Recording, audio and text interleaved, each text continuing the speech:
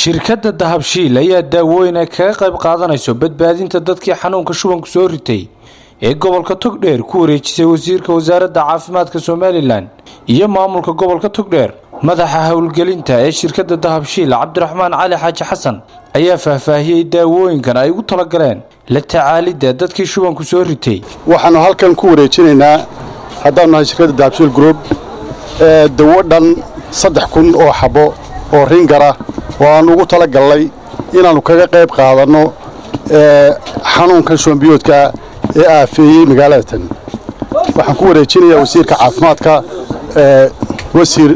iga gudoon waa 3,000 oo xabo kartoon miisaan 3,000 mid boqol kartoon bay u yeelan saddex waxaan doonayaa inaan fursadan uga faa'iideysto inaan u mahadnaqo shaqaalaha caafimaad ka shaqeynaya madax iyo mijo runtii dadku inta ay nool yihiin ayay gurmad inooga baahan yihiin haday dhintaan waxba inooga baahna waxaan leeyahay waa dadaalaysaan dadaalkiina laban laaba dadaalkiina waxa kale oo aan doonayaa inaan baaq u diro bulshada ganacsato dawlad hay'ado shakhsiyaad kale oo samafalayaal haday yihiin waxaan leeyahay afka wax idin wanaajinayay meesha waxa ka jira wax aan la qiyaasi karaya ma aha ilaa xalay waliba saro u kacay si aan warka ku helayno marka waxaan leeyahay meel aad joogtaan badbadiyo gudo waxaan baaq aan u jeedinayaa ummadda inay u soo gurmadaan waxa halkan nala jooga oo daawooyin oo keenay maareeyaasha shirkadda dahabshiil group maareeya ka mid ah Cabdiraxmaan Cali Xaaji Xasan oo dawadaas oo dadka loogu talagalay xanuunkan ummadda aafeeyay gobolka ku habsaday barasaabka gobolka Togdheer Maxamuud Cali Salebaan Ramax wasiirka wasaaradda caafimaadka Soomaaliland Salebaan Ciise Axmed Xagle Toosiye ayaa uga mahadnaqay shirkadda dahabshiil daawooyinkani alxamdulillaah rabbil caalamiin haday abaari tahay laba booyadood buu gobolka keenay xaajigu oo nagala qayb qaadanayay oo aha ganacsada kaliya ee keenay gaadiid halka lagu daweynayaan oo halkii shirkaddu runtii dhistay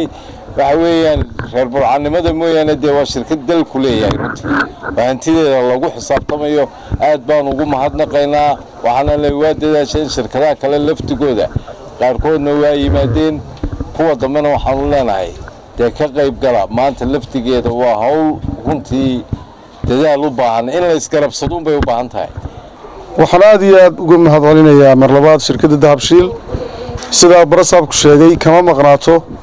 abaar iyo horumar iyo intaba xanuunkan maanta nagala soo qayb galeen mana noqon doonto baan malaynayaa haddii alla ka dhigo gurmadkii u horreeyey weeye laakiin kii u dambeeyey maaha shirkadaha kalena waxaan leeyahay ka soo qayb qaata waa dadkiinnii waxaa idiin sii dheer waa dadkaad ka macaashayseen ee lacagta ka samaynayseen marka in marka xaaladu ku timaado inaad macaashkii wax kaga soo celisaan waa waajib dawadu way inoo taallaa way iska soo daba dhacaysaa propaganda meelaha laga sheegayaa odhanaysa in dawadii go'an tahay dad baa ka ganacsanaya oo ka baac mushtaraya